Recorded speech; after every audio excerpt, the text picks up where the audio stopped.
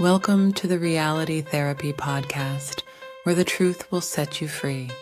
Welcome to the Reality Therapy Podcast. We've got another great panel today, so I'm going to let them introduce themselves, starting with Rhonda. Hi, I'm Rhonda Kay Velders. I'm a licensed professional counselor supervisor in the state of Texas, and I own a private practice called Illuminated Pathways Family Therapy. Been in business for almost 11 years. I am Yvonne Rosebraugh, licensed clinical social worker in the state of Alabama. Carina? All right, I'm Carina. I'm a licensed clinical social worker in the state of Arizona. I'm a eating disorder and OCD specialist, working with a private practice out here.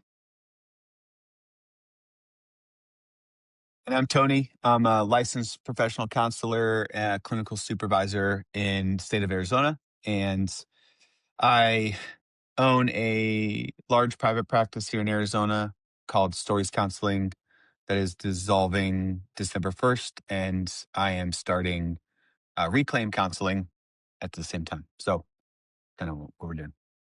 Cool. Well, glad to have y'all here. I brought together a number of people, and some people have said, well, I'm not really conservative. I'm more of a libertarian or a classical liberal. And some people said I'm moderate or even apolitical. But one thing that everybody on these panels has in common is they are fairly heterodox in their thinking compared to a very monolithic field. The field that we're in, the mental health profession, seems to be very far left, and a lot of people like this group are saying, I don't know that really describes me, or I don't know that I fit in there. And I'm wondering what you see in terms of our field, in terms of the political bias. So like a free-for-all, just go for it. Yeah. Okay. Well, personally, I feel like there's a political bias to the idea of like you get, and it just even recently happened here, like in my own session, actually. Once they learned who I voted for, they became very hostile in my environment. And then the next session he came back and he apologized for that. So it quite literally happened 2 weeks ago, and then this week he came and apologized. And I didn't know if I was going to have to terminate services with him because of how hostile it got, because he had learned who I voted for. I was going to say with the organization above social work, the National Association of Social Work, they're very, they are definitely not supportive of social workers that are even middle of the road, and with very specific situations and issues like gender affirming care, that they're very much in favor of people continuing to push this and support it in spite of all of the research that we know is absolutely harming to children. And I've never been a part of NASW. They were already very left when I graduated with my master's, and it's only gotten worse. And I feel it's very sad for me that I don't have a national organization like that. That's that big of a size that is just so intolerant of people that don't follow their guidelines at all.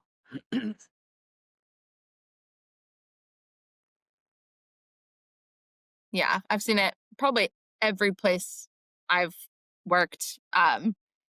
We see it a lot with eating disorders. And I do think it causes a lot of harm, especially some of the gender ideology. We'll see people in treatment like transitioning when really the main thing, and we have to affirm that and affirm health at every size when both of those things are not actually serving people to actually heal from eating disorders. And then there's this idea that eating disorders are just very not treatable. They're very treatment resistant when really we're just treating them very wrong because of a lot of that political bias, I think is a big role and reason of that. But definitely in any work environment, you can talk all day about left-leaning policies and things like that. But if you bring up anything even slightly right-wing, it's like walking on eggshells. You're looked down upon. You could even risk your job. Every interview I've ever been in, I feel like, has asked, "Are you happy with gender affirming care?" It's just very natural in this field to lean that way, to speak that way, and it's very unnatural, looked down on almost scary in terms of stability in your employment to speak out in any other way apart from the left-leaning way of being. So seen it a lot. Yeah, I think too, it's not only is there political bias, it's really obvious. I just think it's sad that it's gotten to this point because it didn't used to be like Walter Cronkite with the news. He Unknown caller. just tell you the news. And most people never really knew what his political stances were on things because he was just a journalist, just a news anchor. And now everyone's become a pundit. And so it's like this weird thing where I get asked it in sessions a lot. Um, clients want to know what your stances are on things like that. And it shouldn't matter. My ability to clinically help you should stand alone. But unfortunately, that's kind of become a thing. And I've had clients even just make the reductive process. We've had therapists work for us, for this reason. We have therapists that on our team, they're like this, where it's like you learn one thing about a person and there's like this reductive process, I had a client just recently tell me they knew who I voted for. And I said, why is that? And they said, well, you're wearing a Dixon flannel. And I said, what does that have to do with anything? And they said, well, we know what Dixon flannel is, and it's like a motorcycle type, flannel. And those people generally tend to be MAGA, tend to be vote for Trump, tend to be more guns, hate gay people, hate trans. Like it just went down this whole rabbit trail and just assumed all of this stuff off of like a flannel shirt that I was wearing. And that's the kind of stuff that you see a lot, which I think is a problem. Therapists that we've hired or interviewed, it's a pretty big conversation now in the hiring process. Starting my own practice away from my business partner, that's a big part of it. Is just that this inability for therapists to coexist in a space where some are very faith based and conservative, and some are very progressive and liberal, and just seeing each other as enemies.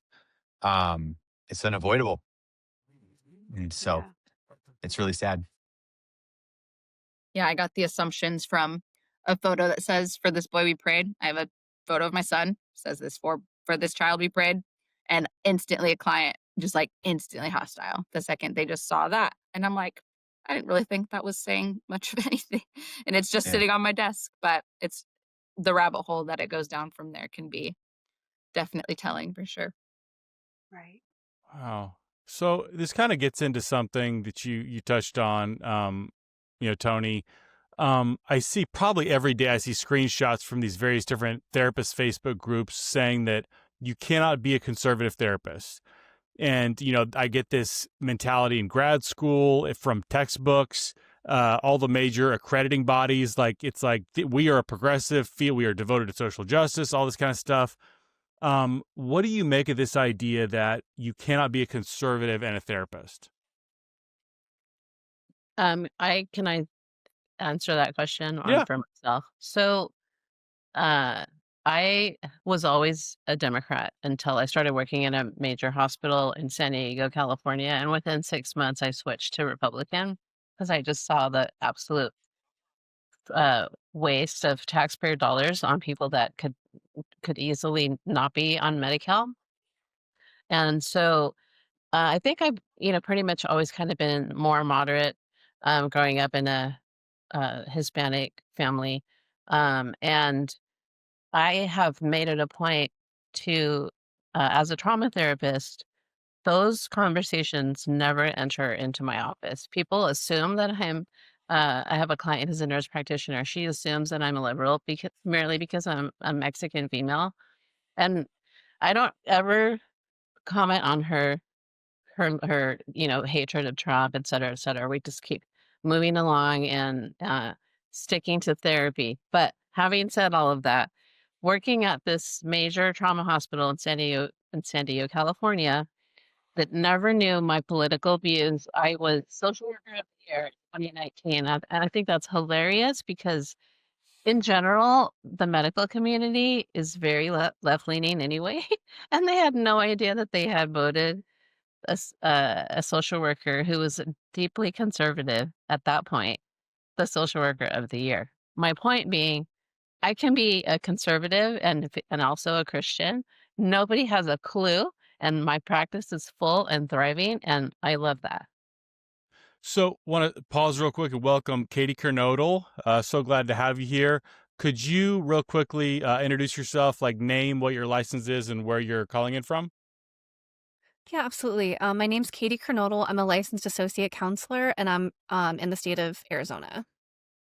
Awesome. So, open it back up. The topic was the kind of from the mainstream progressive side of the field is just assumed that you cannot be a conservative and a therapist at the same time. So, what are your thoughts on that? I'll go next if that's okay. Yeah. I now am at a place where I've hired a business coach this past March, and over the last 8 months, I have been having to be very creative at hiring people. I have been, when I first started out in my practice, I, just did your generalized website, like Illuminated Pathways, and just kind of said a skill set and what your background was, a bio, whatever, and a picture, and maybe where you're located. And then after a while, it got to a place where around 2021, I started getting phone calls, literal phone calls that were saying, "Are you a Christian therapist?" And so, and at first, because I saw a lot of the changes that began to happen through 2020, and I was like, I would let the phone go to the voicemail, and then allow me a time to kind of get to a place where then I could call back. And how do I answer that? And what happened? Like it put me in a conundrum of like, how am I going to communicate that? But I'm a pastor and I am a conservative and I run a faith-based counseling center. And so, most people knew that because the first 5 years I was inside of a church for 5 years, and then COVID happened. It sent me home, and so then I felt like, oh, what if this is a targeting? And which ended up happening, by the way, for me. I was targeted. So then I had to fight for my license for 2 years. So now, after hiring this business coach this year, I've really gotten to this place where I feel more emboldened, and I do believe I can be conservative. I can be a Christian, and I can actually seek out and hire those therapists that will fit and align with our business. And so, how I had to get around that for those who would like to know how, because you just can't ask the question in an interview, "Are you a Christian?" or it's against the law. So I had to write a mission statement and a business statement, and I hand that to them. And that's the first thing I give them. And then I say, "Do you have any issues with what's written on this piece of paper?" And if they do, then I say, "Then I thank you for your time," and off they go. But it usually helps open the door for those because they had most of the people that now work for me. By the middle of December, I'm going to have 14 counselors where it was just me in March. So we are actually able to find these counselors. And by the time they get through that mission statement, they're so excited that they get to be at a place that they get to talk about their conservatism when they need to with even their coworkers, and then be able to be faith-based and talk about Jesus with them if that's what they so desire to do. So I think I've had to find my way through this past 5 years, and really trying to find that. But I really believe I've kind of tapped into something. And so, yes, I believe there is a way to be a conservative and a Christian and be able to speak freely in the freedom of our Constitution of the United States of America. So, kind of jumping along these lines of being, the trope of you can't be a conservative and a therapist. A lot of the rationality for that is a core part of our field is being compassionate and empathetic, and conservatives just naturally lack that compassionate empathy. Um, to me, it seems like there's this kind of knee-jerk niceness. Like, if I see you suffering, I'm just going to try to like affirm you to make the bad feelings go away without stepping back and say, well, it's actually good for this person. So what do you say to this idea that conservatives lack compassion or empathy? I think this field oftentimes has gotten very separated from what compassion and empathy really means and what it really means to be a good therapist. Compassion and empathy doesn't mean that we just like sit back and agree with everything that someone's saying and that they agree with everything that we believe and that we think. I think oftentimes effective therapy needs to look like having that ability to confront things that are harming them and not serving them and actually elicit some like behavioral change in their life. I think that's part of our role. That's part of our duty as therapists oftentimes, especially in my field of OCD and eating disorders. There is no healing whatsoever without behavioral change and confronting what's not serving them. I think that's where talk therapy causes a lot more harm for people with OCD and eating disorders. And that's what this field has started to believe compassion and empathy is. If we think differently than someone else, then we can't help them because we just can't sit back and agree with everything they say. I think I can very well work with someone who has very different beliefs than mine that doesn't shift my approach to them whatsoever. Their beliefs, my beliefs, it doesn't matter. The approach needs to be the same. And we need to figure out what's getting you stuck, what do we need to change in order to actually grow and in order to actually heal. And that's what empathy really is helping them heal in a way that recognizes that it's hard, that it hurts, that it's not easy, but there does need to be change in order to see growth and in order for our minds to start to rewire in a way that serves us towards our values. So I think that just the way that we see compassion and empathy is very, very different nowadays than it used to be. And I don't think it's helping anyone move forward whatsoever. I think it's helping people stay more stuck and learn that, I can't be around anyone with beliefs different than mine. I can't be around anyone who doesn't just affirm everything that I say and do. The point of therapy needs to be how to get people out of those mindsets and how to help them live a life in alignment with their values no matter who they're around. So I think we've just lost what compassion and empathy really means in this field. Well, Yeah, we well, I think haven't. there's like, oh, I'm sorry. No, I'm no, it's sorry, Yvonne. Go ahead, Katie. good. They have. I was just gonna say that I think there's like a little bit of a like a conflation, or there's something going on where like compassion and empathy have become the foundation of psychotherapy in like a way that negates neutrality, or like, so like when I think of compassion in the context of therapy, like being able to understand somebody else's perspective and put away your own ego and like, yourself as kind of the center of the relationship and being able to elicit and like bring things to light. I think that's like a very different thing than compassion in this kind of like vague, detached sense that's just kind of like maybe like conflated with affirmation. I think that's the word that I'm looking for. So like clinical neutrality has been replaced with affirmation. And I think that's a very different thing than that, So like I also want to point out too that like certain progressive values are built into our like ethical obligations. And so there's like also like a conflation there where like ethical equals compassion and empathy equals progressivism. So I think, that's kind of what I'm seeing. It was really good. Yeah, I think when you think about Dr. John Gottman's perspective of when you think of Dr. John Gottman's positive perspective in regards to relationships with negative sentiment override and this idea that like we have our minds made up already, there's no room for curiosity. You've already decided who they were, who they are, and who they're going to be forever and ever until kingdom come. That negative sentiment override kind of kicks in. And what happens is we generally have our minds made up about, the other side. And so what happens is a lot of times when you're dealing with couples, the negative sentiment that we come up with about the other person in our relationship is not like we're delusional. A lot of times it's rooted in some form of history and evidence. Like there's usually some kind of history there or evidence of maybe, why you think that person in the relationship is going to be that way. And so I think where the empathy and the compassion comes in with the liberal side of things is that they're not necessarily totally delusional in their ideas that conservatives are just unempathetic. I think there's a large scale of the population, of the conservative population, that just tends to kind of like pull yourself up by your bootstraps, tough luck, kind of figure it out, like your problem, not my problem. Very self-indulgent, very egocentric perspective over the years. I think, boomers, played a big role in this, growing up with parents who survived the, World War II and stuff like that. So I think that you live in this coddled lifestyle, comforting lifestyle. So it becomes very much about you and about yourself. And so your problem is your problem. Leave me alone. And so conservatives haven't helped themselves over the years. They certainly have not played well into the empathy. But I think where it comes problematic is then the left or the liberals side, or inability to ever potentially see anything good or empathetic that the right ever does ever again.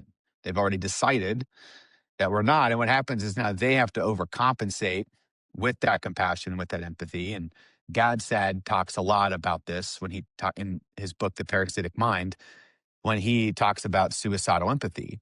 And this idea that you take on so much of the empathy that you end up harming yourself or making it worse for the people you're trying to help. And so I think you can look at the new mayor that they elected in New York. And listen, I hope he does well. I hope he succeeds. I think for everybody's sake, I think that would be awesome. But he's potentially going to, out of so much empathy and compassion for people in New York, could potentially make it worse for everybody. And I think that that's where the suicidal empathy comes into play. And I think this is the problem that we're dealing with, is that the general idea is that we have to have empathy. And that's our role as therapists, is the validation, the acceptance, and the empathy. And if you have any type of confrontational style, if you have any conservative values, then you're actually harming the client. And I think this is where the suicidal empathy becomes a problem. As a conservative, I have conservative values because I'm a Christian, and I think my faith fuels a lot of it. My new practice is high clinical care, but rooted in gospel values. So even if I never speak his name in a session, the way I do my clinical work is rooted out of those gospel values. When no one was better at compassion and mercy than Jesus. And so our approach is a human first approach in our clinical practice, which is that outside, in a world that wants to reduce you down to labels, you're trans, you're gay, you're liberal, you're this, you're that, I choose to take the human first, which is, let's get back to the roots. Let's have actual empathy and actual compassion and help you see who you really are, who God made you to be, what your identity is in Christ. And what we end up doing in the therapy world is we feel like we just have to applaud, celebrate, affirm, and applaud anything they do. And in turn, we end up harming the client more, because instead of helping them really see that they aren't a label, you aren't just a trans person. You don't have to buy into this delusion that you have to go through all of these transitions. You can still struggle with the body you were given, and that's okay, but you can still find real, healthy, regulated identity outside of some weird societal label. But in turn, we celebrate and we applaud it, and we take on that empathy. We want them to love themselves. We want them to be happy. We don't like that they're unhappy. So then we end up hurting them way more than helping them because of this perceived empathy that we have. And I think, so Gadsad suicidal empathy, I think, is a huge component to all this. Sorry, I talked for a while there, but Yeah. that's where I see it. Do you think, Tony, based on what you just said, do you think that empathy has been redefined? And the idea of, right, I've been doing therapy since 2008. Okay, right? So I'm So, just outside the boomer, right? Like literally. Okay, right? So and I think empathy used to be like, my dad died and I just heard that your dad died. And my empathy is I can be in that moment with you and be truly, really relational in that idea of that loss. I'll never know fully what you feel. But I think empathy today became more of like, you either are empathetic or you're evil. And I think that idea has kind of shifted in its terminology as we're watching all these different terms kind of happen, right? So like, I think for me, the idea of validation is validating. Validating is I heard you, but what happens if the empathy that they're sitting in, for example, right, that we're supposed to help, I don't know, necessarily join, that might not be the right thing I'm thinking about, but what happens if their perspective or their perception is really not true? And we get into that empathy, and that's where the dangers and that thing I think happens that you're talking about. We do more harm. But where do you think the empathy, do you think there's been a shift? I I think there's absolutely been a shift. I think I'd be hard pressed in on the spot here to define that shift, but I would say, obviously when you think of about what empathy is, I know she's not a conservative, but I actually really like a lot of the stuff Brene Brown has to say, especially in the earlier days.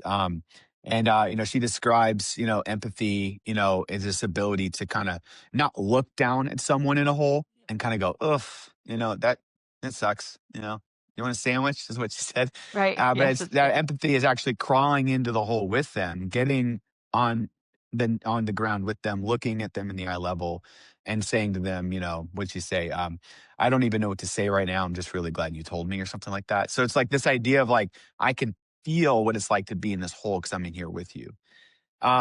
And I think in a sense, that's ultimately what empathy is. So when somebody comes in who's struggling with gender dysphoria and they literally are a male in a male's body and they literally feel like a woman and want to be a woman and grieve that they're a man and want to be a woman and don't feel like they're going to be happy until they're a woman, can we not tap into some version of ourselves that can connect to what that might possibly feel like to kind of go, oh man, like, yeah, like that, I get it.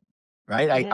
I can really connect to that, to a part that would really, really be struggling with that. But then what happens is our job as therapists is not to stop there. I think you can view it as, and again, this might be just my therapeutic approach, but I'm a big Viktor Frankl guy. And so there's this idea of like radical acceptance and all this. So the model thing is like, listen, you have three options really. You can change your external circumstances, you can change your internal circumstances, your perspective and all that. Or you can stay stuck. And don't be mistaken. Staying stuck or suffering is a choice. And so sometimes as therapists, the empathy is is rooted in helping a person. You can really feel what it's like to do there, what it's like to Mhm. sit in the space they're in, so you can help them get unstuck. But most of us, we just sit in the space of being like, yeah, this is where you're at, and you can stay here, and we just let people stay stuck. And our job as therapists, I think, are to push people toward change. Um, I Right. can't do the change for them. We can't make them want to do that. And I'm never going to tell a client what to do because it's not my life to live. Mhm. But I can certainly kind of shine the flashlight down different paths and help them see kind of what's down this path if they want to go down there, and alert them of the potential downsides to that. But I think, yeah, there's this weird thing that has changed with the empathy where beyond it's kind of morphed into, like I said, something other than just getting down on their level and being like, Mhm. I don't even know what to say Yeah. right now. I'm here for you. Like, Right. that's all it is. It's just seeing Mhm. the world through someone else's eyes. But it doesn't mean their eyes and how they're seeing the world is accurate and correct. And we've somehow flipped the empathy and made it some morphed version of like validation of like I can validate your humanity, um, but I don't have to validate the specific choices you make. I don't like it's a weird the empathy has shifted from just like being able to hold space and sit with somebody to like now I have to now empathy is telling you that like this is what you're doing is good, and sometimes it's not good. So Right. I want to get Yvonne in there before you have to go early, right? Yes. Yeah. I have about 20 more minutes. Okay. Did you have anything Oh, on this one? I was just going to piggyback on what Tawny said. Jesus was the embodiment of empathy and compassion, but he also challenged people constantly. Like to speak to Karina's point, if you don't challenge someone with OCD or an eating disorder, then what are we doing? I that's I tell people right off the bat, I am going to challenge you. That's my job, is to question what the choices that you have made, the choices that you will continue to make. How are these benefiting you? And I think that that embodies compassion and empathy, absolutely, because we don't want them hurting. We don't want them to continue, abusing alcohol or whatever they're doing. So I feel like that is empathy, that is compassion, that is what we're supposed to be doing in the therapeutic relationship. And I also, in addition to the books that you guys have already mentioned, The Gift of Therapy, Dr. Yalom, like, Amazing. why can't we go back to him? So anyhow, that was what I was just going to say to that, Brian. Awesome. So, keeping somewhat on this topic, this idea that from the progressive mainstream that conservatives should not be therapists. Another reason is because conservatives lack multicultural competencies. As a conservative, because you're just naturally racist, you could not work with people of color. Your bigotry would not allow you to work with gay clients or this or that. And I'm thinking of like for my grad program, we talk a lot about an Afro Latinx non-binary person in a throuple or something, and we deal with like that type of stuff. Like in my marriage and family class, we read The Ethical Slut, which is about polyamory. But we haven't talked at all about just a normal like traditional heterosexual relationship with like traditional gender roles. Those type of things are foreign to what's being taught right now. We're taught to hold space for somebody who's traumatized by the presidency of Donald Trump, but not for somebody who might, have some feelings around the assassination of Charlie Kirk, right? And so I'm wondering, like, as a conservative or a classical liberal or whatever type of heterodox therapist you are in this field, what do you think you could bring to cultural competencies that is missed by the majority of this field?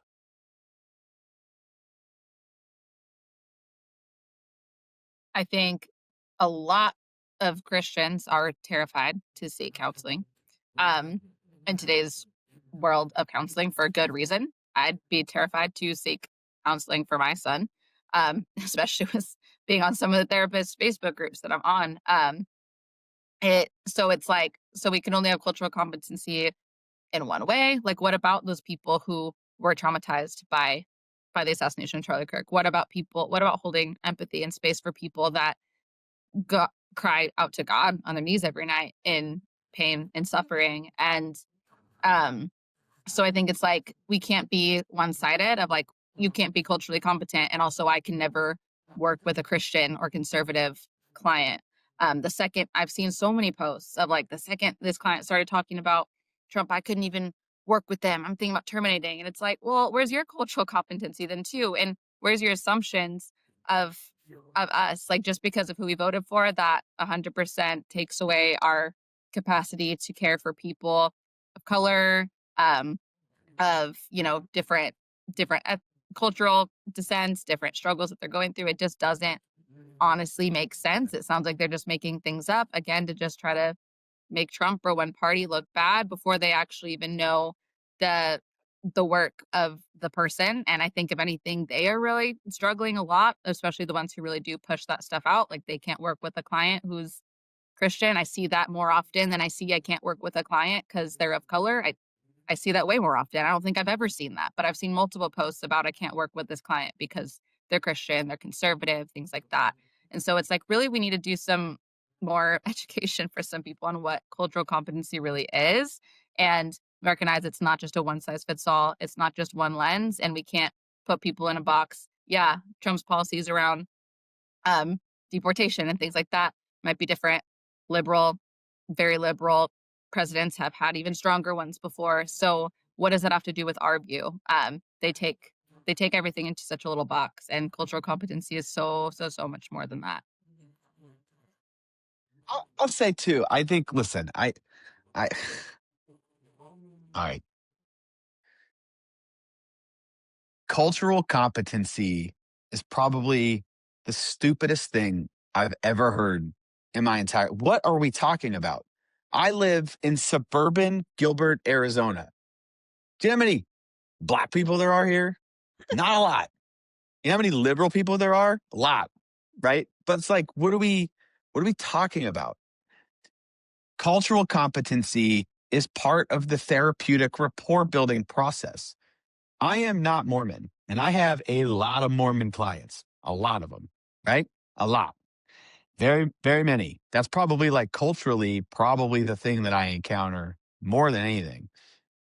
But when you get a client, part of the empathy process and the rapport building process is that ability to take the time to learn how to get into their world. And so I want to know, that's part of the therapeutic process for me, is I'm like, all right, so tell me what this is like for you. I have a client, he's from Trinidad. And then his family, moved here when he was younger, and then he went from the East Coast over to the West Coast. And so what's been really, really, really cool is to hear his perspective. And he's actually relatively conservative because he has seen the problem of like liberal policies that really actually play more into colonizing than actually anything else. It's been interesting to hear his perspective on it. But I don't understand anything about what it was like in his culture growing up. And that's actually been really, really cool part of our therapeutic relationship is learning his culture. And then I can go home and I can research, I can read some books, I can read some articles, but more importantly, I can talk to him about what it is like, culturally.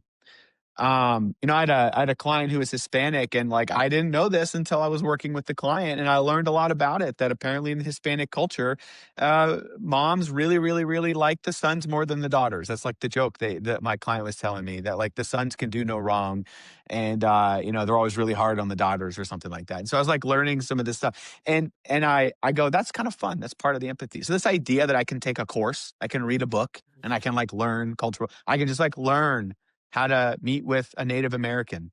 And I go, no, I'll tell you how I learn about Native Americans. You hang out with them, you meet with them. And so I take the clients that come in my door, and I live in suburban Gilbert, Arizona. And so primarily I'm dealing with affluent suburban people. And at the end of the day, I have a human first approach. Are you a human? Can I work with you? Yes. Do you have a heart? Do you have a soul? There's stuff about your culture that I want to learn. But everyone's got a family system. Everyone's got a cultural system. I grew up in Appalachia. People don't seem to care about that. And that's a big deal. White poverty is pretty. Huge. It's a huge cultural shift. And so to me, I just think the whole thing in the field is just a crock of BS in my mind. It's just ridiculous. I learned so much culturally about my clients because I spend time with them. Like, I don't need to take a course to learn about Native American culture. Like, it's only going to get you so far anyway. And even within, like, I'm Mexican, but there are so many, you can't classify me in, my grandmother didn't raise my aunts and uncles that way, with favoring the boys over the girls. But I know that's common in some Mexican families. It's common in some white families. It's common in Southern families here in Alabama. So I think culture, I think that term has really changed. What does it even mean? And I think what Tony said is very valid. It's a stupid term, because what does it even mean? My culture is going to be different from somebody else's, even if we're the same skin color and we were raised with certain values because of our grandparents. That doesn't mean, I'm an American. Yes, I'm Mexican because my parents were Mexican and Spanish, but it doesn't mean I have, I love tortillas. Do you know what I mean? I actually love tortillas, but you know what I'm saying. Yeah, so I just feel obligated to point out, because I think like we're talking about cultural competence and like culture as we understand it, in the sense of like understanding somebody's culture. But for social and cultural diversity and what like cultural competence actually means, codified. And I know we're kind of mixed here, but I'm thinking of counseling. Social work's probably the same. Is like specifically has intersectional Marxist commitments in it. And so that's how somebody could be like biased against Trump supporters and, require people to be activists and, vote a certain way and like have certain political commitments and like consider that as a part of quote unquote cultural competency. So like normal people, when they hear that term, as we are discussing here, because everyone here is normal, that they think that it's about, you know, like specifically engaging with different cultures and being able to, you know, counsel people from cultures that are different from ours. But it's been overtaken by like the intersectional matrix of things that, you know, I think shifts it in a subtle way that I think is like difficult for, you know, the public especially, but like even just general practitioners, especially those who've been in the field for a long time, to necessarily know how that's like shifted.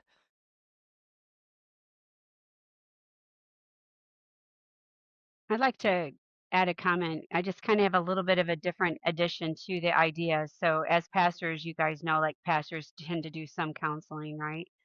And so, and then prayerfully, they'll just push them on to actual licensed counselors and not try to do all the work, because, but that's not always how that works. And so it took me about 10 years to go through the beginning of my ordination classes to the completion. And that start, I had to take a cultural class that was mission minded. So culturally in those countries that you might end up being in, to the very end, culturally, is what is the demographics of your church? And that blew my mind, because in the class, if you did not have a mixed congregation, they tore you up, right? So it's not just in counseling, but if people are going into ministry and they're seeing those things, and pastors are going to also be counselors to some degree, they counsel that they're that compassion, they're that teacher. And so for me, when I first took the class, it was a lot like the one I took in my master's program. It really was. It was like my first cultural class had to do with like, what would it be like if you had a Hispanic, and what are their cultures like, and how about someone from India and whatever. And then towards the end of my master's program, it was white racism, and I was picked to do that topic because I was white and a female, and and that, like, that was like my last class was that class. Well, then in my ordination, that same class showed up, and I finally went to the school and I said, I already took this class, I don't want to take it again. And I want to be able to sit with people. I'm a lot like Tony. How you are coming in, I'm going to treat you that way. How like I'm not going to, who am I, right, to like base those things. But it is a very much an indoctrination of things that are being taught. And so by the time I get in a, like those that, some of those that are working for me as a LPCA, for example, because I'm a supervisor, they come in and they're blown away that they don't have to like continue that same jargon that they were dished out at in their university to graduate with. And so they're like, well, I don't have to like worry about that. No, I just want you to love the person that's in front of you. I want you to treat them with dignity. I want you to be in that moment with them. But they're here because there's issues, right? And so your job is not to affirm them, but it's to question maybe why did they do certain things. Like Gestalt. I'm a Gestalt person. I see you're shaking your leg. Do you know why you're shaking your leg, right? Or the empty chair thing, right? So everybody has their flavor, right? But at the moment, like when you begin to kind of shift the whole ideology of really what cultural means, the competency, like, I mean, I want to know, like, I want to know who the person is in front of me. I'm not going to, there's no judgment with that. But immediately, though, this particular person I started out this podcast with you with, I'd been with him for 18 months. He was homeless. Watched him. He's 200 and some odd days sober now. And then just recently, he learned that and he almost quit me because of who I voted for. So I've been with this person from the very dirty pieces of his life and watch him, just help him grow. He became a Christian, and just like, it's beautiful to watch him grow in his testimony. But the minute they hear the one thing, like, you're hated, like, it was hateful in here. I actually had to cancel my next session and go clean myself up because I was a wreck. How did that happen after so many months of working with somebody? It was so, When I say hateful, it was hateful. And so in that moment, like I had to dry it up, get myself together, and be ready to go for that next hour. But I needed that time. And so it can be very hard in the room, but that's where I just really like I rely on the Lord and what he gives me like all the time, the full armor of God. Like I had to really like read it and read it and read it just so I can be in the presence of that next person so that none of what I had just gone through ever showed up in that next session. But it was very difficult. And so when you have that happening, and it's not my first time, it wasn't my first time that happened. It happened at church, and I preached about the whole, like there was one sermon, and just give you a little bit, when I preached about the Black Robe Regiment. When I preached about the Black Robe Regiment, and it was all true about the Revolutionary War. People walked up and got up out of their seat and went outside, and my husband had to clean up coffee that was spilled all over my car that took off the finish of my hood. So just speaking truth, it doesn't just show up in one way. It's like it's all around us, and we are supposed to stand in the midst of that and be truly, they're going to hate us because they hated Jesus first. And so I know that, but at the same time, I am also human. And I get to say what I'm going to take or not take. I have the right. They don't just have the right. I have the right. And so, but I'm not going to be hateful with it. And so what happens? What happens to us, right? For that one targeting issue took 2 years. For 6 months, I just hardly said anything. I was afraid to talk. So I want to build off of something that Rhonda and Katie both said. I think the classical understanding in therapy is the purpose of therapy is to remove obstacles from a client to having a better life, to reduce the amount of suffering, increase the amount of fulfillment. And a lot of the more contemporary understanding, like Katie was saying, this kind of intersectional Marxist approach is those aspects of the client's well-being and mental health are secondary to the political project. Our primary goal is to dismantle the patriarchy and whiteness and tear apart capitalism and things like that. If we help the client, that's nice after the fact. So kind of the question I'm like, what is the purpose of therapy? What are we even doing here? Mm-hmm. Transformation. It's transformation. It's getting to a place you've always aspired to be, but you have these hurdles that get in front of you, and you just want somebody to walk that through with you. That's to me like you want a healthy marriage. Well, these are some things that can help you, whether that's Gottman or whether that's Symbis, save your marriage before it starts, or whether that's whatever, right? Like the idea is to give tools, a tool belt. I always call it like I have a Mary Poppins bag, but I want to provide tools to help you. But you might already come with some tools, but we're just misusing them. But we just need to refine them and help you on your way. But it's not to change them. It's to help them be the best what they want to be. That is the goal I thought therapy was. So, like, something that just comes to my mind, Ryan, just kind of like, and this doesn't necessarily address the specific question, but like, so when you say the goal is to reduce suffering and remove barriers, etc., and like maybe the secondary thing is possibly help the client. It's like in their worldview, it is though, like the systemic barriers are specifically what is like, that's what you're supposed to be addressing. So like they're saying the same thing. So like they could say exactly what you said and mean it in like the completely opposite sense. I just think that's kind of worth pointing out for anyone listening to this, because I think it does get very like pernicious. So like you could say, okay, well, I'm trying to remove barriers and help people meet their goals and help them reduce suffering and live a flourishing life. But in order to do that, we have to overthrow the racist, sexist, capitalist, heteronormative, intersectional, power structure. So yeah, that's something that comes to my mind. And in terms of what the purpose of therapy, at least for me, like I think about it very like maybe neutrally. Like I think like just trying to like let things come to the light. What is going on? Let's examine it. Help you make the changes that you want to make, but like within this like neutral and like more of like a relational objective framework to just kind of help people see things for what they are so that they can make better decisions going forward. Right. Totally agree. I think I'm a big ACT person. I love ACT, and I think it's really can we help the individual be back in alignment with what they value, not what we value, not what the societal norms value, but with what they value, and that it's ultimately going to look different for every client. Every client's goalpost is not going to be exactly the same, and I think that that's something that we need to recognize when we think of, oh, who can do therapy and what are the things that we need to overthrow to reduce suffering. It's like we can't curtail and say what's causing everyone's suffering, and we can't say what it's going to take to reduce everyone's suffering.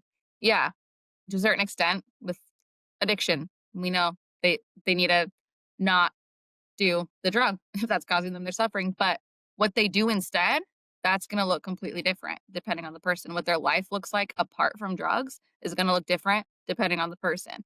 And so I think it's having this open-ended idea of having someone live life back in alignment with their values and away from their suffering, reduce their suffering, is going to look very, very different. And these ideals of what we need to make happen in society as therapists in order for that to be possible is completely diminishing what it might look like for various different people that we might work with. We need to work with them as an individual, because that really is our job. So trying to throw all that other stuff in there of what matters first really doesn't bring it back to the individuals that we're helping, because everyone's goal and everyone's values are going to look completely different. I like what she said. That was good. I was Mhm. just going to say reduce distress and increase functioning. That's like Absolutely. basically, I always tell clients, I'm not interested in getting rid of your depression or anxiety. I want you to be bigger than it. Um, but what Carina said is great. Couldn't have said it better. So shifting gears a little bit, I think there's this mainstream progressive idea, not just in therapy, but amongst the society generally, amongst progressives, that everyone should go to therapy, everyone benefits from therapy. There's a certain class of like upper middle class, like progressive, where having a therapist is almost a form of social capital. And then on the other side, on the right wing side of things, I'm looking at, I got a copy of Abigail Schreier's Bad Therapy over there, which was a great book, but a very cynical look at the therapy profession. Then you got like Matt Walsh, who's just, all therapy is a scam, basically. I'm worried that we're getting to this point where, because of the cultural view of therapy, therapy is seen as something progressives go to therapy, conservatives don't. And so progressives are going to too much therapy when they should be doing other things in their lives, and conservatives are not going to therapy when they should be. Does that make sense? Mhm. Sorry, what's the question with that? Yeah, I mean, Mhm. do you see that? Do you agree with that? Like, what's the Mm. solution to that phenomenon? Yeah, so I read Abigail's book. I generally like most everything she has to say. She's really, really intelligent. I like a lot of her stuff. And I read the book, and I didn't hate it.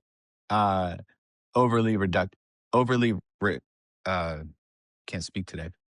Reductionism, can't speak. A lot of reductionism, and most of what she was referring to are like the psychiatry field, which is like what I noticed in the book was there's a lot of psychiatrists talk and psychiatrists trying to do therapy, which didn't go well, which makes sense. You manage medications. You know, to me, it seemed a little overly simplistic and a lot of reductionism with Abigail's book. But generally, the sentiment of what she was trying to say was rooted in a lot of really valuable, good critiques. Um, And I do think on a very basic level with Matt Walsh, I think he's in the same boat where, listen, I've been in therapy as a therapist for a long time now. And I don't know that I'd let my daughter go to therapy. You know, I don't know. I'd have to be very, very, very selective of who the person is. And because I generally think we're very over therapized as a culture. And so I think there is a lot of value in the critiques of therapy. But I also hear people talk a lot about, like, literally clients will talk about, I have my treatment team.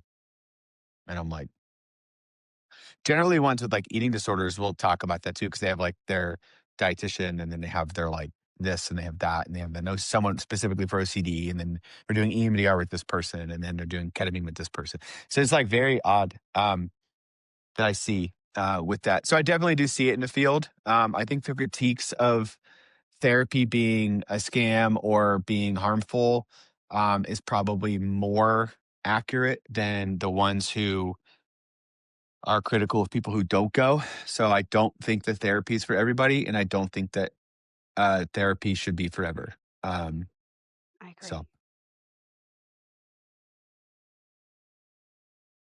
Yeah, I think that is huge and important. I think sometimes it's looking at just at, oh, we're going to therapy because I have some anxiety or some depression or some marriage problems. And yes, there are therapists that are just that don't have like a niche that if you do that there can be harm. There can absolutely be harm done. There have been marriages wrecked by therapy.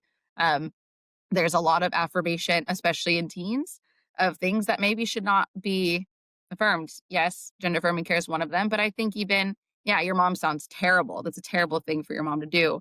And I put parents in that as well, though, because they need to be involved. That's part of their role with behavioral disorders, with eating disorders, with OCD. Family's always involved, and there's a reason for that. And I think it should be the case no matter what you're seeking therapy for. But yes, I think it is very necessary at certain points. Um, Especially when family is incapable. If families could just learn everything and do it all in the home, if families could learn everything, I've worked with just parents for a kiddo with OCD, and I never even saw the kiddo, and there was huge growth and huge success. The problem is families don't know what to do with kiddos. Families and parents are getting inundated with a bunch of weird stuff in today's society that's not helping their kid. And so there is a certain point where therapy is necessary. There are certain mental health challenges where therapy is necessary. And the problem is, though, if you're going to a therapist and they're not giving you a single thing behavioral to be doing outside of that session, that's a really big red flag. It needs to be carried over into your life, not just a place that you go and dump everything, be validated. Are there going to be sessions like that? Sure, that's okay. But if you're never told something to do and carry over into your life, then it's probably a problem and probably a red flag, because you're right. Therapy should never be forever. It should be, hey, we're here. These are our specific goals. And once we get there, I want you back into your life. Therapy isn't your life. It's to help you. It's to help you get there. And if you think you're going to need me forever, there's a part of you that's thinking you're not going to get there. So I think being really strategic with goals, if there's not that, if there's not stuff you're doing outside a session, I think then yeah, it can be doing a lot of harm. It's a red flag. I do think some people though need to understand there are some disorders, things that people go through that do need a little extra help sometimes. Or if the whole family system is astray, there's going to need to be some extra help sometimes. Um, so I think just getting a better idea of what mental health is for some people that are completely against therapy, and then on the other hand, yes, knowing what therapy should look like is very important too. And that it's not forever and it's not a cool thing to just have for fun or anything like that. Mhm. I think it's just really unfortunate that therapy has been so like deformed and degraded to such an extent that like I'm thinking of Matt Walsh, for example. It's not even that uncommon to see people perceive therapy as like the worst of the worst that we've kind of see, and think that that's everything. And so I just think it's really unfortunate because it does prevent people who genuinely need help from getting it, because not only just like the stigma, but also just like the risk, and feeling like it's like a waste of time or that it's pointless. I think like we could do a lot better in kind of like self-policing and like kind of distinguishing between, like quality good therapy and just like, the crappy stuff that's being used as like a scapegoat to be knocked down.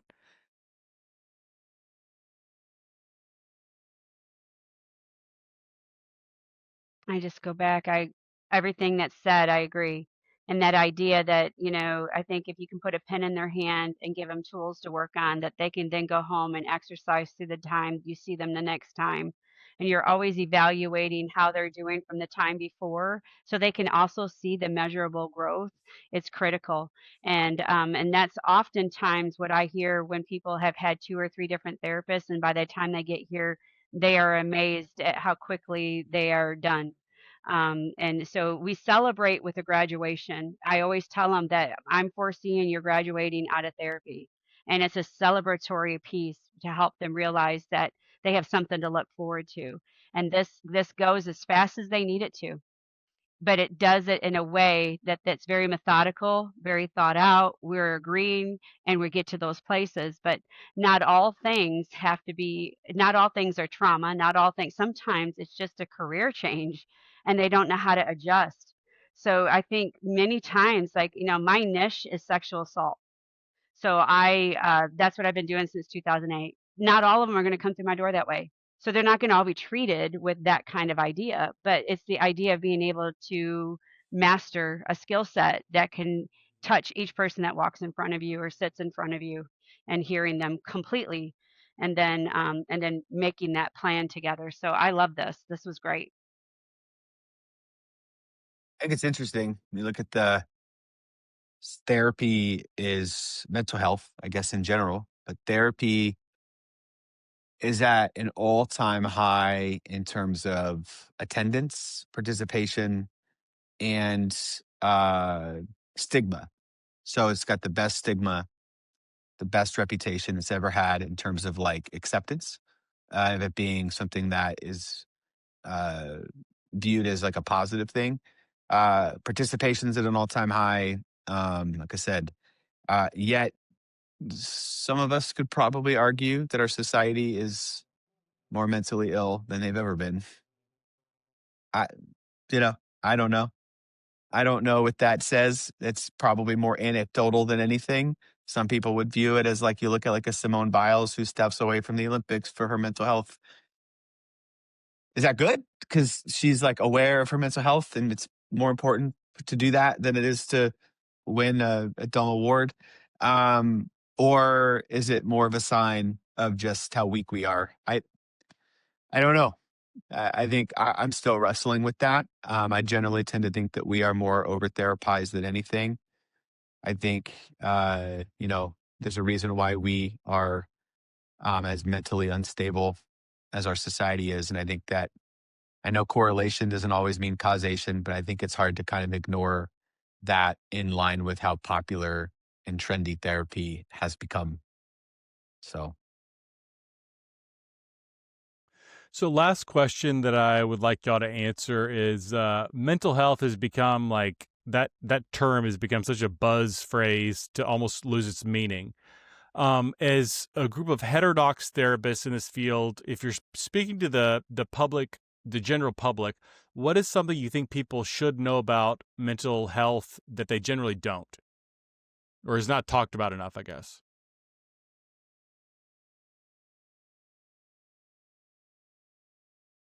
They're not broken. They're not broken. They're not, I mean, maybe there's some situations where, like, that what's happened to them was horrific, like maybe, rape, sexual abuse, assault, whatever, right? The worst of the worst, or drive-by shooting, murder, whatever, right? Worst, right? That could be pretty fragile. How we deal with that, right? But in general, like, they're not broken, and I think they've kind of been like, the SEL, like social emotional learning, right? Like, they're constantly being told, well, you got to be in touch with your feelings, and like, this is. And while that might be okay, but like, why? Like, right? Can we just not let them be like human and just go about and okay, so not everybody needs a trophy, right? So, but we've given this idea of like how we should actually celebrate everyone, but we don't teach them to win or lose, or we don't teach them these things. So I think therapy is this idea of like letting them know they're not broken, they're not that fragile that they're gonna completely fall apart, but maybe just need a little tweak right here, and let's see what we can do to get there. And I think that's what I do, and that's how I and it's what I teach my practice, like people who come and work here even. And I think that's critical. I mean, what man wants to hear, you're really broken? Like, I don't want my husband to ever hear that, ever, right? 38 years, like, no, no, no, right? Like, is there some things you can tweak? Sure. But you're not broken. You're not fragile. I mean, let's masculate, let's build up, let's edify, let's teach them what this really looks like. That it's okay to not like what happened to you, but what can we do to help you not experience that again to the best of our ability? And what are those things we can do to do that? I really like that, Rhonda. I think like just kind of piggybacking on that, like for example, I'm thinking of like psychological defenses, like explaining to people that these are normal responses. Like your mind is trying to survive, and that doesn't mean that you're broken. There's healthier ways and less healthier ways of kind of like dealing with things. And maybe you've done this in the past and it hasn't been the best, but you can do this in the future and,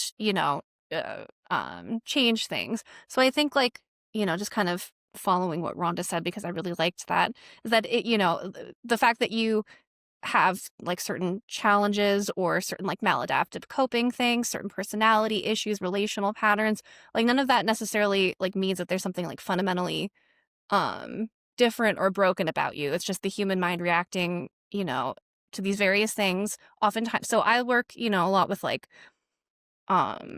personality issues, addiction, things like that. But I think like the core, like because so many people experience childhood trauma, is like understanding that this is, that there's a reason why maybe you've developed these certain defenses, but that doesn't mean that you're stuck with them forever. You're not, I think the phrase is like you're not at fault or like to blame for everything in your life, but you are like, you have the responsibility to manage it. So I basically kind of like what Rhonda says, where like you're not broken, you can handle it and it's okay.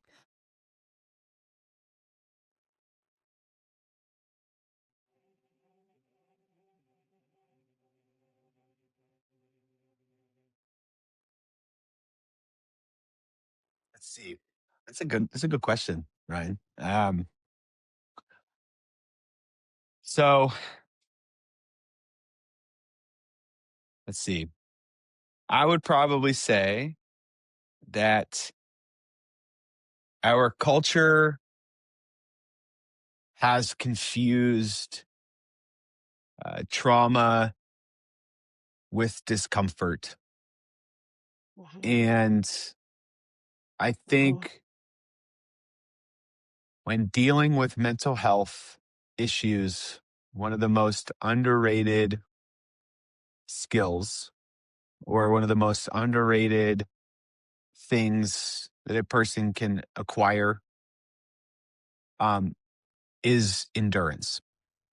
I think resiliency is the key to a lot of things. And when you're talking about leadership, for example, I think endurance is, more important than any skill. Um, I think with a lot of discomfort in life, if we just have the endurance to stick with it, to keep fighting, to stay the course, to not give up, to stay strong. The resilience is on the other side of that. And that solves a lot of mental health issues. And it also gives you confidence the more you endure. And then secondly, I would probably say that we overcomplicate the process because when you look at the DSM-5, when you look at the common denominator of all of these things, major depressive disorder, generalized anxiety disorder, borderline personality disorder, the common denominator, the common word there is disorder. So what does that imply? Well, that implies that there can be an ordered amount of it. So just because you're anxious, just because you're depressed, just because you're a little narcissistic, just because you're a little borderline, but you have some traits, doesn't mean you have a problem. Maybe you have an ordered amount of it. And that's where the endurance comes in. Right.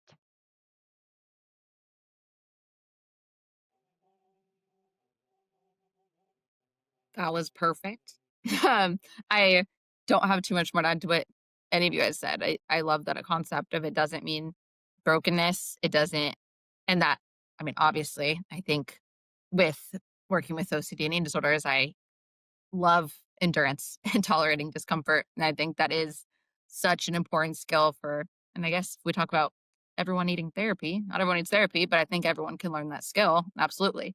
I think a big thing is with the DSM, like it's not a label and it's not a one size fits all, and the journey might look different for different people. And again, that doesn't mean they're broken. That doesn't mean that they're bad. And I think we need to also see it as healable, not as just like a stuck place that someone's going to be forever. There's a lot of talk about like what like is recovery possible, especially with um, I think addiction. Once an addict, always an addict. Of course, those eating disorders get talked about all the time. It's something you'll handle forever. And it's like, okay, maybe to a certain degree, but also you're kind of in control of what like recovery and what healing looks like. So maybe struggling with certain things that your brain does, that doesn't mean that you're any less capable of living a life that's extremely wonderfully fulfilling. So I think knowing that too, like just because we might struggle with something to a certain degree, that it doesn't take away from our capacity to live a functional, wonderful, fulfilling life.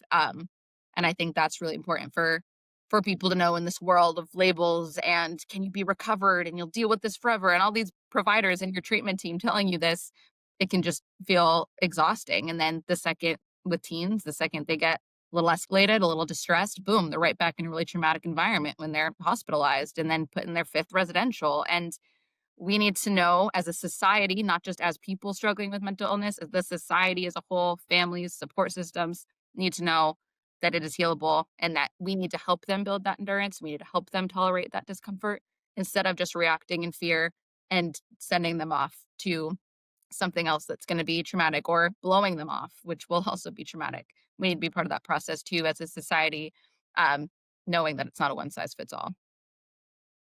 I loved all of those answers. Guys, thank you so much for joining me. I think this was a wonderful panel. I thought we had a great conversation. Me too. Thank you. Thank you so much.